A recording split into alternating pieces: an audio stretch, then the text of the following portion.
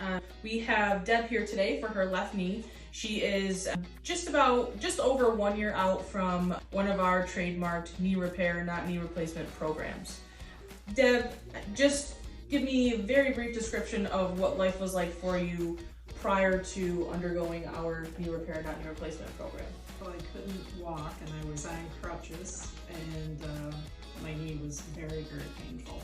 Yes, and as a matter of fact, at the time when we spoke with Deb prior to surgery, she rated her left knee function-wise 5 to 10% out of 100. Her goal percentage was 90 to 100%. Today, she says her percentage overall is what? 85 to 90%. Awesome. And your goals prior to undergoing the program were to walk without pain. Have you reached that goal? Yes. Yesterday I walked 15,000 steps. That's awesome.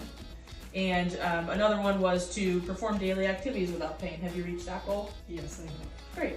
Going forward, have you developed more goals, or what are you going to focus on in terms of that knee after today, or just going forward in the future? Yes, I Awesome. try to do them at least 3 times a week, and probably in the winter. In the summer it's harder to do it, but I try to do it 3 times a week, and in the winter probably do it 5 times a week. Awesome. Great. And one last question for you. If someone were on the fence of undergoing a knee repair, not knee replacement program, what would your advice be to them? To have it done, it works.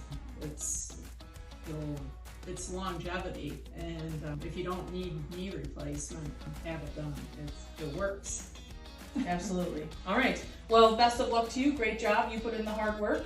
Testament to yourself. But from here, we'll see you in another year, and we'll get another set of x-rays. Thank you. Thanks.